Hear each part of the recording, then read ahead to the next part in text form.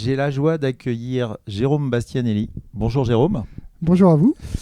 Jérôme qui est président de la Société des Amis de Marcel Proust. Oui, tout à fait. Et alors là, vu qu'on est à Illiers-Combray, évidemment, on ne pouvait pas interviewer plein d'associations sans parler de Marcel Proust, encore plus dans le jardin de la Maison Chappé.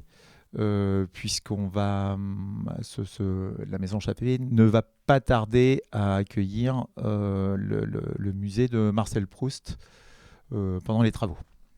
Oui, en effet. Alors déjà, nous sommes la Société des Amis de Marcel Proust et des Amis de Combray. Donc le titre plus long inclut déjà notre lien avec cette ville d'Illiers-Combray.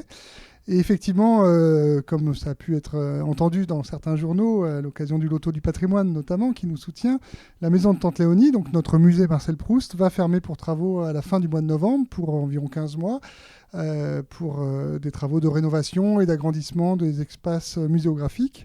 Des travaux qui sont conduits dont la maîtrise d'ouvrage est assurée par le conseil départemental avec notre soutien et notre expertise, et puis donc le loto du patrimoine. Et pendant cette période assez longue, 15 mois, pour maintenir une présence proustienne, pouvoir présenter nos collections, qui sont des collections de peinture, de photographies, de manuscrits, de livres, d'objets ayant trait à la vie de Marcel Proust, à sa présence ici quand il était enfant, à la vie de sa famille ici.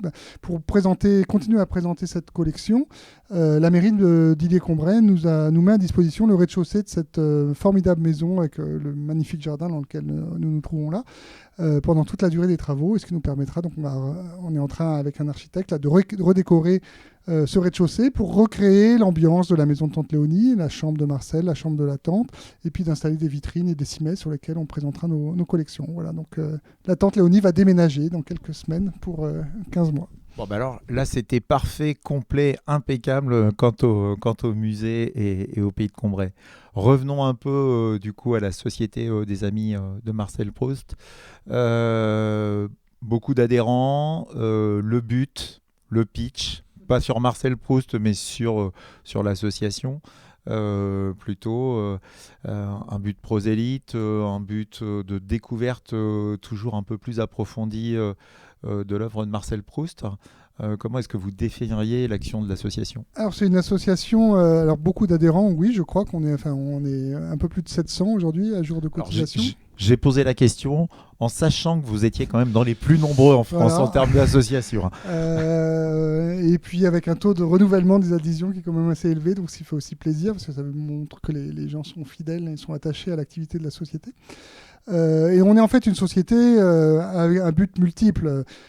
Assez classiquement, on est d'abord une société qui regroupe des gens qui ont envie d'avoir des informations sur Marcel Proust ou de bénéficier des publications, on en dira peut-être un mot, de la société, et de bénéficier des rencontres que l'on fait, soit des colloques, des conférences, soit des visites d'exposition qui ont lieu, qui ont trait à Marcel Proust, ou des visites de lieux. On a par exemple visité la cathédrale d'Amiens, on a visité la ville de Cabourg, on a d'autres projets aussi dans toute la France, enfin à chaque fois qu'il y a un lien avec Marcel Proust. Donc c'est une association qui permet à des gens de se réunir autour d'un centre d'intérêt commun.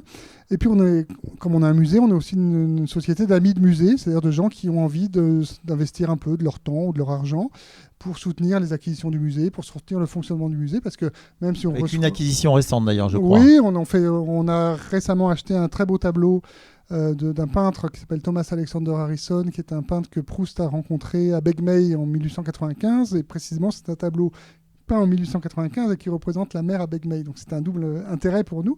Ça a beaucoup marqué Proust qui en reparle. Enfin, il ne parle pas de Harrison, mais la visite qu'il rend à ce peintre est transfigurée dans La Recherche temps perdu, dans l'atelier du peintre fictif Elstir.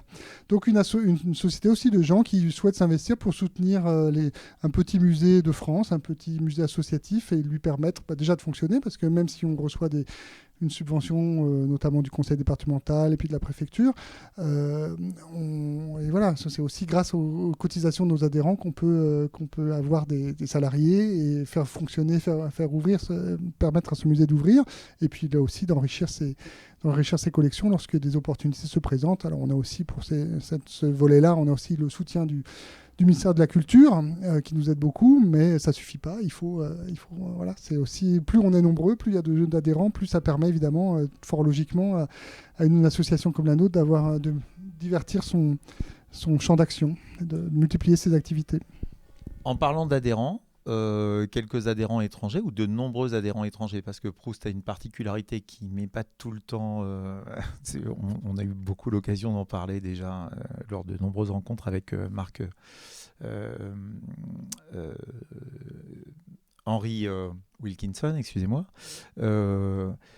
Moi, ça ne met pas tout le temps, si vous voulez, qu'on puisse traduire Proust en chinois. Enfin, qu'on puisse traduire Proust en chinois, pas trop, mais que les Chinois puissent arriver à retrouver la musique de Proust, c'est toujours quand même quelque chose d'assez sidérant.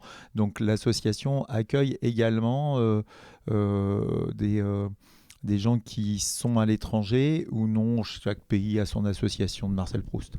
Alors c'est un peu les deux en fait. Effectivement, il y a certains pays comme l'Allemagne, l'Italie, l'Espagne, qui ont leur propre, les États-Unis aussi, le Brésil également, et j'en oublie, hein, mais pour vous donner des exemples, qui ont leur propre société d'amis, avec lesquels d'ailleurs on est la plupart du temps en relation, ce qui n'empêche pas certains adhérents, enfin certaines personnes aussi issues de ces pays-là ou d'autres pays d'être adhérentes de la société. Effectivement, on a des adhérents japonais, on a un adhérent togolais aussi par exemple, des adhérents d'Amérique du Sud, beaucoup d'Européens, des Allemands, des Anglais, et voilà, ça fait partie de notre souhait aussi de pouvoir faire bénéficier dans le monde entier les personnes qui s'intéressent à Proust de l'activité qu'on peut leur proposer, des publications. Ils reçoivent les publications bien sûr en français, et puis d'être au courant de l'actualité proustienne en France et à l'étranger. Quelques actions aussi à destination alors je veux dire des jeunes ou de l'éducation nationale ou pour continuer de promouvoir l'œuvre de Marcel Proust. Alors pourquoi je vous raconte ça ? C'est parce que je vais vous raconter une petite anecdote. Il y a de ça, juste avant le confinement, on se retrouve avec des amis en terrasse au pied de la cathédrale de Chartres. Et donc il y avait une jeune fille avec nous à table qui était en bac littéraire. Et quand je lui ai dit, tiens, on habite Illiers-Combray, il me dit, bon, je sais pas où c'est. Bon, ça, à la limite, on peut pas lui en vouloir. Je lui dis quand même, le village qui a inspiré Marcel Proust. Et puis là, elle m'a dit, qui ça ? Et si vous voulez, quand on est en bac littéraire sur Marcel Proust, qui ça, je m'étonne quand même un peu. Donc, c'est pour ça que je me demande si vous avez des actions également à destination d'un public plus jeune pour découvrir une œuvre qui peut s'avérer compliquée tant qu'on rentre pas dans la musique du texte. Enfin, moi, c'est comme ça que j'ai réussi à lire Proust, parce que sinon, avant, c'était un peu compliqué, je l'avoue. Je m'y suis repris au moins 10 fois pour pouvoir passer les 50 premières pages, et puis après, on comprend, ou en tout cas, on y arrive. Donc également des actions à destination d'un public plus jeune, où on est plutôt sur une association où on échange pour essayer de comprendre toujours un peu mieux l'œuvre de Proust. En fait, on est une association, c'est une association des amis de Marcel Proust, comme je pense beaucoup d'associations d'amis d'écrivains, c'est une boîte à outils. Donc on en fait un peu ce que les gens, les membres du conseil d'administration ou les adhérents ont envie d'en faire. Après, il faut évidemment que le projet soit réaliste, mais voilà, c'est au gré des idées que les uns ou les autres vont émettre, on va réussir à faire naître des projets. En direction des jeunes, oui, on a plusieurs actions différentes. Déjà, une action symbolique, et évidemment, ça suffit pas, mais on a un tarif jeune qui est très avantageux, je ne sais pas s'il est avantageux, mais qui est seulement 10 €, qui permet de recevoir des publications qui valent déjà largement ce prix-là. Donc, c'est une manière pour nous d'essayer de lever une éventuelle barrière économique. Un autre exemple peut-être beaucoup plus concret, et j'espère assez fidèle à ce qu'on essaye de faire, c'est que depuis plusieurs années, on a lancé un concours de pastiches proustien.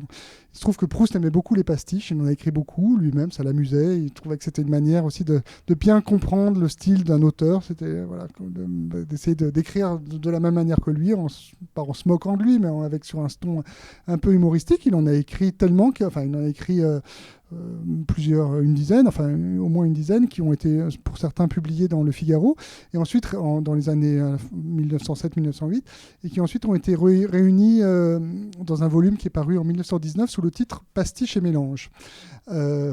Et en 2019, donc pour le 100e anniversaire de la publication de ce livre, on a eu l'idée de lancer ce concours de pastiche. Et il y a une catégorie qui était réservée aux classes, ce qui permettait aux professeurs qui le souhaitaient de faire travailler leur classe autour d'un pastiche. Ce n'était pas une personne physique qui soumettait un texte, ce qui n'empêchait pas d'ailleurs les élèves de participer à leur nom propre, mais il y a une catégorie qui était ouverte aux classes, et c'était une manière, alors c'est fort modeste et ça ne résume pas une action est une action. Voilà, on vide un peu la mer à la petite cuillère, mais enfin ça participe quand même, je crois, au fait qu'on a eu des classes, même des classes de 3e, seconde, qui ont pu participer, et c'était très émouvant pour nous d'avoir ces participations-là.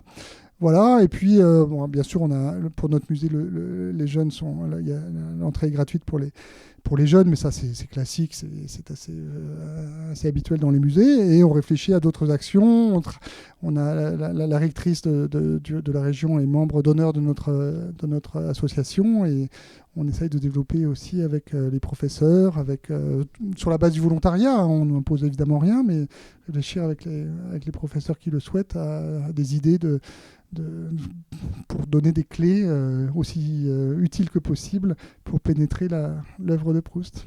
Très bien. Alors, pour pénétrer l'œuvre de Proust, vous éditez également des petits, comment on va appeler ça ? C'est pas des ouvrages, des fascicules, des petites brochures. On édite à la fois des brochures et des livres. Donc là, qui raconte le changement de nom de la commune d'Illiers, par exemple. C'est une brochure qu'on a éditée cette année pour le 50e anniversaire du changement de nom d'Illiers, qui est devenu Illiers-Combray en 1971. C'était une manière pour nous déjà de rappeler qu'on est aussi les amis de Combray. Une manière aussi peut-être de montrer aux habitants d'Illiers d'Illiers-Combray, qui connaissent pas forcément tous notre activité, de leur montrer que d'ailleurs ça me permet de souligner que l'entrée aussi du musée est gratuite pour les Islériens. Donc leur montrer, qui vous en remercie. Écoutez, j'espère, enfin j'en suis heureux, ils sont en tous les cas les bienvenus. Donc c'est un livre de témoignages sur l'histoire, c'est quand même très rare, hein. Je crois que c'est même le seul exemple qui existe d'une ville qui prend un nom de fiction. Cette histoire-là, et pour donner envie un peu aux Islériens de pousser la porte de notre musée aussi, en tous les cas de mieux nous connaître.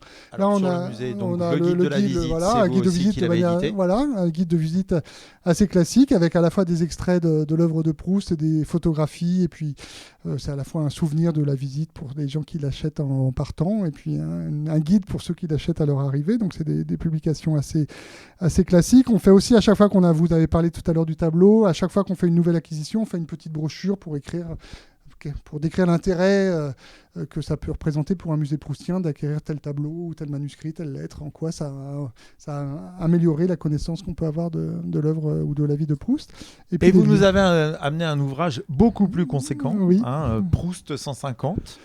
Voilà, c'est notre dernière publication là, qui est toute récente, qui est sortie des presses la semaine dernière. Proust 150 pour marquer le 150e anniversaire de la naissance de Proust cette année. Et Proust 150 parce que c'est aussi, on a donné à 150 de nos adhérents l'occasion de choisir un extrait dans l'œuvre de Proust. Alors, beaucoup l'ont pris à la recherche de temps perdu, mais pas uniquement. Et d'expliquer en quelques lignes les raisons de leur choix. Donc, c'est une grande mosaïque d'extraits. Et chaque extrait est associé à un commentaire où les gens vont fait par les adhérents, d'accord. Et ça montre à la fois la diversité de ce qu'on peut apprécier chez Proust, l'humour, l'esthétique, la poésie, le style, la philosophie de la vie, la philosophie de l'art, la philosophie de la mémoire, enfin j'en oublie, mais enfin tous ces aspects différents que les uns et les autres vont aimer. Il y a autant de Proustiens que de lecteurs de Proust, hein. Chacun y trouve vraiment ce qu'il a envie d'y trouver. Plus j'en rends compte, plus je m'en rends compte. Et puis aussi de montrer justement la diversité, c'est un reflet de ce qu'est notre association aujourd'hui, en montrant la diversité à la fois géographique, générationnelle, sociologique de de nos adhérents. Donc c'est une manière de leur donner la parole à l'occasion de ce 150e anniversaire et de leur permettre d'expliquer pourquoi ils aiment Marcel Proust et en quelque sorte pourquoi ils sont adhérents de notre société. Et alors, un dernier mot, on va se projeter dans 15 mois, allez, 18 mois s'il y a un peu de retard, on ne sait jamais. Voilà. La maison de Tante Léonie sera refaite. On va se retrouver un peu dans ce qui s'est passé à Cabourg où on va dire le bâtiment, je ne sais pas comment dire, enfin, où des lieux qui ont inspiré Marcel Proust ont été entièrement refaits et attirent beaucoup de monde. Qu'est-ce que vous attendez de cette rénovation, hormis le fait qu'évidemment ce soit plus joli, plus accueillant, avec peut-être plus d'explications, plus de pourquoi, de comment, une fréquentation accrue, on espère, mais également un message un peu différent, un peu moins peut-être un peu plus tourné vers des gens qui ne connaîtraient pas l'œuvre de Marcel Proust, et avec un bâtiment rénové, on a peut-être plus envie de s'intéresser à l'œuvre. Bon, on attend un peu tout ça. En effet, vous avez répondu à ma place. Écoutez, ce qui est important pour nous, et en fait, il y a vraiment deux parties dans ces travaux. La première partie, c'est le monument historique, la maison proprement dite, là où habitaient l'oncle et la tante de Proust. Et aujourd'hui, ça donne cette impression, quand vous la visitez, que si vous restez 5 minutes de plus, l'oncle et la tante, vous allez les voir revenir du marché, de leur promenade. Il y a vraiment cette maison qui est encore dans son jus de l'époque, en grande partie. Et c'est ça qu'on veut absolument préserver. Vous savez, on a beaucoup de visiteurs qui viennent sans avoir lu Proust, par curiosité et parce qu'ils sont entre Chartres. Ils sont sur la Vélocénie, par exemple, au hasard. Par exemple, ils viennent en vélo ou ils sont sur la route de leurs vacances vers les châteaux de la Loire ou la Bretagne, que sais-je. Enfin bref, ils s'arrêtent et sans forcément avoir lu du Proust, mais par curiosité. Et ils nous disent, en général, ils ont envie à la fin, et ça nous fait chaud au cœur, ils achètent le premier volume de La Recherche du temps perdu. Donc ça prouve que la visite n'était pas complètement ratée de ce point de vue-là. Et puis ils nous disent aussi, on a beaucoup de témoignages dans notre livre d'or, que ça leur rappelle aussi leurs souvenirs de vacances chez leurs grands-parents ou chez leurs tantes, justement, quand ils étaient enfants. Parce qu'il y a cette atmosphère on est un peu dans un milieu un peu hors du temps, enfin d'une période assez indépendamment de tout ce que Proust peut dire sur cette maison. Il y a un côté très émouvant, qui renvoie à certaines personnes, et c'est pas rare que ça arrive, à leur propre histoire personnelle. Et donc ça, on veut absolument le préserver. C'est-à-dire qu'on ne va pas mettre de multimédia dans les pièces. Il n'y aura pas de télévision dans la chambre de Léonie, dans la chambre de Marcel. Il n'y aura pas de son. On veut vraiment conserver cette ambiance. Bon. Et donc ça, mais en même temps, les travaux sont nécessaires parce qu'il y a des traces d'humidité, il y a du papier peint qui s'effrite, il y a des fissures. Je vois à peu près de quoi vous parlez. Voilà, donc il y a vraiment du gros boulot dans les fondations, et c'est important de le faire avant que ça ne devienne vraiment trop endommagé. Et le deuxième objectif des travaux, dans des bâtiments qui sont juste à côté, pas dans le bâtiment classé lui-même, c'est de pouvoir étendre nos capacités muséographiques. Donc, où il y avait le musée aujourd'hui d'ailleurs. Aujourd'hui, voilà, il y a ce bâtiment, cette pièce-là, qui est la pièce d'introduction à la visite, dans laquelle depuis quelques mois, on a fait en quelque sorte, on a modifié un tout petit peu la muséographie et on a justement commencer à introduire une sorte de préfiguration de ce qu'on trouvera après la réouverture, qui est une introduction à la visite pour vraiment les gens qui ne savent pas. Il y a évidemment, un musée doit s'adresser aux gens qui, a priori, ne connaissent pas les collections, sinon ça n'a pas vraiment d'intérêt. Donc un exemple on présente pourquoi Proust a Hélier, quand est-ce qu'il y est venu, et pourquoi il y est venu. On rappelle que sa famille paternelle y habitait, qu'est-ce qu'il en a retenu, qu'est-ce qu'il a vu, comment il est passé. C'est d'ailleurs toujours assez étonnant parce qu'il y a été assez peu, très jeune. Tout à fait. Et quand même, il le place au début de La Recherche du temps perdu. Il en a gardé des ou en tout cas, il a réussi à en fabriquer des choses qui sont formidables et très liées à la réalité. C'est ce qu'on souhaite faire, peut-être de manière plus étendue, peut-être plus pédagogique encore, puisque notre volonté est à la fois de s'adresser aux Proustiens qui veulent connaître ce lieu ou qui veulent confronter leurs propres impressions de lecture à la réalité du lieu, et aux gens qui n'ont pas encore lu Proust ou sont juste des curieux d'un petit musée de province. Et alors, au-delà du musée, ce sera ma dernière question. Proust sur Hélier-Combray, c'est bien au-delà. Ce n'est pas que le musée de Tante Léonie. On pourrait parler de Tansonville, on pourrait parler d'autres lieux. Est-ce que vous avez des velléités à pouvoir constituer un circuit pour expliquer de manière un peu plus large que la seule maison de Tante Léonie? Oui, alors, la municipalité, il y a quelques années, a déjà mis en place un certain nombre de panneaux, je crois qu'on a une quinzaine dans la ville, qui permettent de faire déjà un premier circuit proustien autour du Loir, le Pré-Cattelan, donc le jardin qui a été construit par l'oncle de Proust, qui était féru d'horticulture. L'église, bien sûr, qui est un haut lieu de la littérature proustienne. Jardin construit en même temps que celui-ci, d'ailleurs. Tout à fait, et sans doute y avait-il, je ne veux pas imaginer qu'il n'y avait pas de rivalité entre le propriétaire de l'époque et Jules Amiot. Je pense que les cailloux sont trop bien simulés en matière de béton pour qu'il n'y en ait pas. Et je pense qu'ils devaient tous les deux se dire on va faire le plus beau jardin d'Illiers. Bon, enfin bref, on n'en saura jamais rien, donc ou peut-être pas, mais en tous les cas, la probabilité est très forte. Ça ressemble à ça. Quand on visite ce beau jardin et quand on visite le Pré-Cattelan, on se dit que la coïncidence est quand même troublante. Donc un circuit proustien qui s'est récemment enrichi avec un lieu un petit peu poétique, qui ce château de la Cinétrie, qui est maintenant ouvert à la visite. Alors on dit qu'il aurait pu inspirer Proust pour le château de Souabe, peut-être. Ou pas. Est-ce important finalement du moment que c'est un lieu supplémentaire le patrimoine est restauré? Exactement, c'est un lieu supplémentaire pour les touristes qui s'intéressent à Proust ou à Illiers. L'église avec ses plafonds peints qui est absolument magnifique. Le Pré-Cattelan, j'en ai parlé. Pour se promener au bord du Loir aussi, on sait que Proust y allait avec sa famille quand il était enfant. Enfin, il y a un certain nombre... l'église de mes églises, la source du Loir à Saint-Aimant. On peut aller un peu plus loin sur la route vers Villebon, enfin le château de Villebon aussi, dont le nom a fortement marqué Proust. L'église de Rouer, je ne sais pas s'il faut dire au Rouet ou au Rouer. On dit au Rouer. Pour y avoir habité, on dit au Rouer. Et l'église, elle est extrêmement... et quand vous lisez dans Proust une cathédrale au milieu des blés, c'est Orwell. Voilà. Dont il se dit qu'elle aurait pu inspirer Van Gogh sur un certain tableau. C'est possible. C'est pareil, c'est un peu légendaire. En tous les cas, elle est magnifique. Et la grand-mère de Proust est née à Cernay, qui est à quelques centaines de mètres de cette église. Et moi, je ne veux pas croire, même si Proust n'en parle pas, que Proust n'est jamais passé à Rouer. Et donc, en tous les cas, c'est un très beau lieu. Et il y a beaucoup de choses, beaucoup d'endroits magnifiques à voir autour d'Illiers-Combray. Vous avez parlé de Tansonville. Il y a Vieux-Vic, il y a tout un tas de lieux ou non proustiens. Il y a bien sûr le Mirougrin, Montjouvin, tout ça, ce sont des lieux qui permettent d'enrichir le passage d'Illiers-Combray. On peut facilement y passer une journée sans s'ennuyer. Très bien, écoutez, c'était formidable. Merci à vous. Quel plaidoyer pour cette jolie commune. Merci Jérôme. Merci à vous. Et puis au plaisir de vous retrouver pour le deuxième salon l'an prochain. Avec grand plaisir, on sera là. Merci beaucoup. Je vous en prie.